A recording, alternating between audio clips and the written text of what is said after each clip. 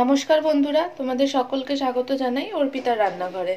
আজকে তোমাদের সাথে একটা মাছের রেসিপি শেয়ার করছি। আজকে করে দেখাবো আমুদি মাছের ঝোল। তো এটা কিভাবে বানালাম চলো পুরো ভিডিওটা তোমরা অবশ্যই দেখো। আর ভিডিওটা ভালো লাগলে ভিডিওটাকে লাইক করো, বেশি বেশি করে শেয়ার করো, অবশ্যই কিন্তু সাবস্ক্রাইব করে পাশে থাকা বেল আইকনটা অন করে দিও।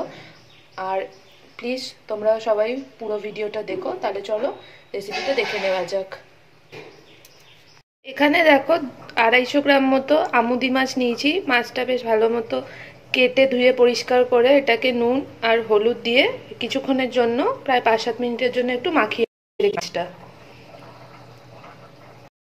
কড়াই বসিয়ে নিয়ে দেখো কড়াইতে সবার প্রথমেই দিয়ে দিলাম সর্ষের তেল। এবার মাছগুলো ভেজে নেব। তো তেলটা দেখো গরম হয়ে গেছে, ধোয়া উঠছে। এবার গরম তেলে মাছগুলো দেবো।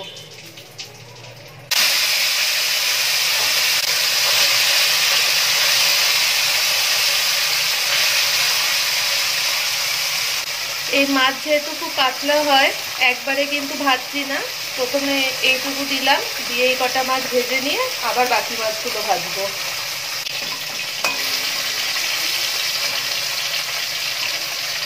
দেখো প্রথমে যে কটা ভেজে উঠিয়ে নিয়েছি, আবার একইভাবে বাকি মাছগুলো দেখো ভেজে নিচ্ছি।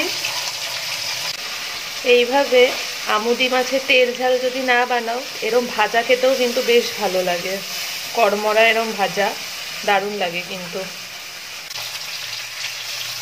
দিলাম আর একটু তেল। এবার দিচ্ছি এর মধ্যে কটা কাঁচা লঙ্কা, আর দিলাম একটু কালো জিরা। এবার এর মধ্যে আলু আর টমেটো,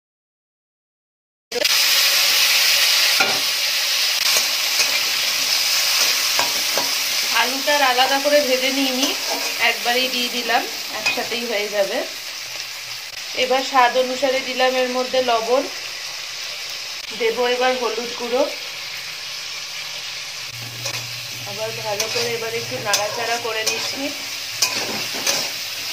এতে আর কিন্তু কোনো মশলাই যাবে না।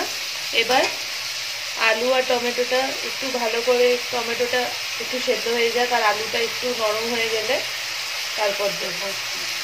দেখো মশলাটা ভালো করে কষে গেছে, সাইড দিয়ে দেখো তেল ছেড়ে দিয়েছে।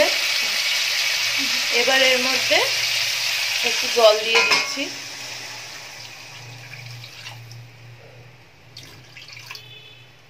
এবার দেখো জল দিলাম। এবার জলটা ভালো মতো ফুটুক, তারপর মাছগুলো এর মধ্যে দিয়ে দেবো। দেখো ঝোলটা ভালো মতো ফুটে গেছে। এবার মাছগুলো এর মধ্যে দিয়ে দিচ্ছি।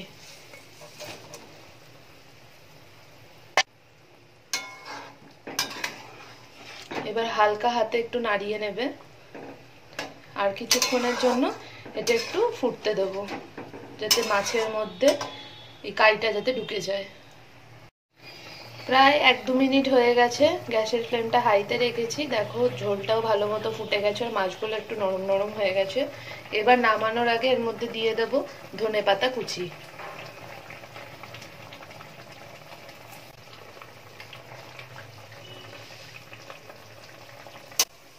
দেখো তৈরি হয়ে গেল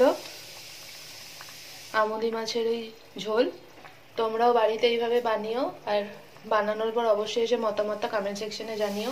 আর ভিডিওটা ভালো লাগলে ভিডিওটাকে লাইক করো, শেয়ার করো, অনেক অনেক সাবস্ক্রাইব করো, ভিডিওটা বেশি বেশি করে শেয়ার করো, আমার সাথে থেকো। আর পাশে থাকা বেল আইকনটা অন করে দিও, যাতে তোমরা সব ভিডিও নোটিফিকেশন পেয়ে যাও। আবার হাজির হবো আরেকটা নতুন রান্না নিয়ে। সবাই ভালো থেকো, সুস্থ থেকো।